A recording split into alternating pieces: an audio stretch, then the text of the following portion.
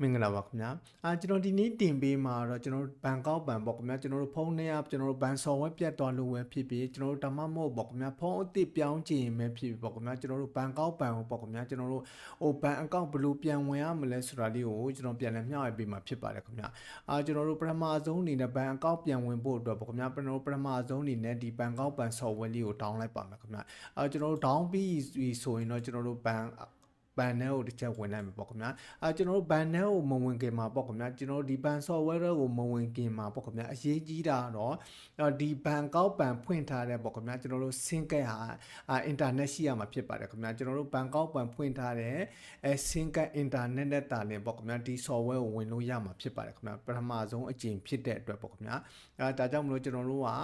ဒီဘန်ကောက်ဘန်ဖွင့်ထားတဲ့ sync က internet ရှိဖို့လိုတယ်ပေါ့ခင်ဗျာကျွန်တော်တို့အဲ့လို internet ရှိပြီဆိုရင်တော့ကျွန်တော်တို့ဘန်ကောက်ဘန် software ကိုဝင်လိုက်ပါမယ်ခင်ဗ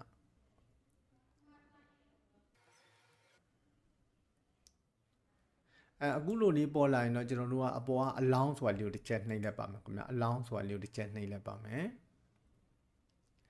ဒီနေရာမှာကျွန်တော်တို့ကဘာသာစကားပြောင်းချင်ပြောင်းလို့ရတယ်ပေါ့ခင်ဗျာကျွန်တော်တို့က language ကျွန်တော်တို့ကကျွန်တော်တို့ထိုင်းစာကြီးဖြစ်နေပေါ့ခင်ဗျာအင်္ဂလိပ်စာပြောင်းလို့ရပါတယ်ခင်ဗျာကျွန်တော်တို့အဲ့လိုပြောင်းဖို့အတွက်ပေါ့ခင်ဗျာညာဘက်တောင်းပေါ့ခင်ဗျာအပေါ်နားလေးကနှိပ်ပြီးတော့ကျွန်တော်တို့ကအဲ့မှာ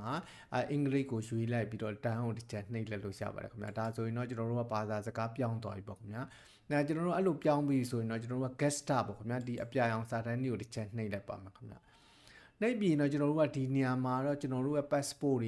ေကျွန်တော်တို့ရဲ့ passport ထဲမှာမွေးသက်ကလေးတွေထည့်ပေးရမှာဖြစ်ပါတယ်ခင်ဗျာကျွန်တော်တို့အဲ့ဒီနေရာလေးကိုနှိပ်ပြီးတော့ကျွန်တော်တို့ကဒီမှာ passport number ဆိုတာလေးကိုတစ်ချက်ရွေးလိုက်ပါမယ်ခင်ဗျာဒီအောင်နာလေးမှာတော့ကျွန်တော်တို့ရဲ့ပေါ့ခင်ဗျာမွေးသက်ကလေးကိုတစ်ချက်ရေးပေးရမှာဖြစ်ပါတယ်ခင်ဗျ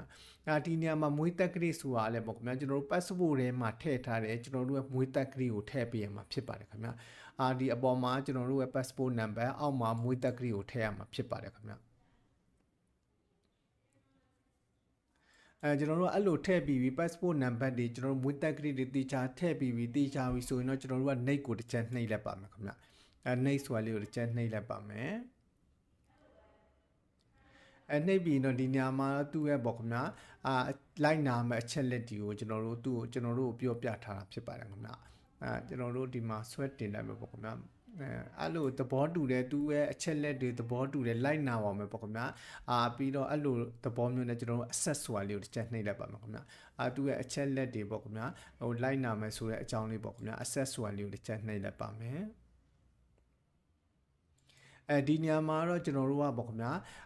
ဒီ mobile number မှာကြာလာတယ်ပေါ့ခင်ဗျာဖုန်းနံပါတ် SMS မှာကြာလာတယ်ကျွန်တော်တို့ကကုတ်ချောင်းလို့ verify လုပ်ပေးရမယ်ပေါ့ခင်ဗျာဒါကြောင့်မလို့ကျွန်တော် name ကိုတစ်ချက်နှိပ်လိုက်ပါမယ်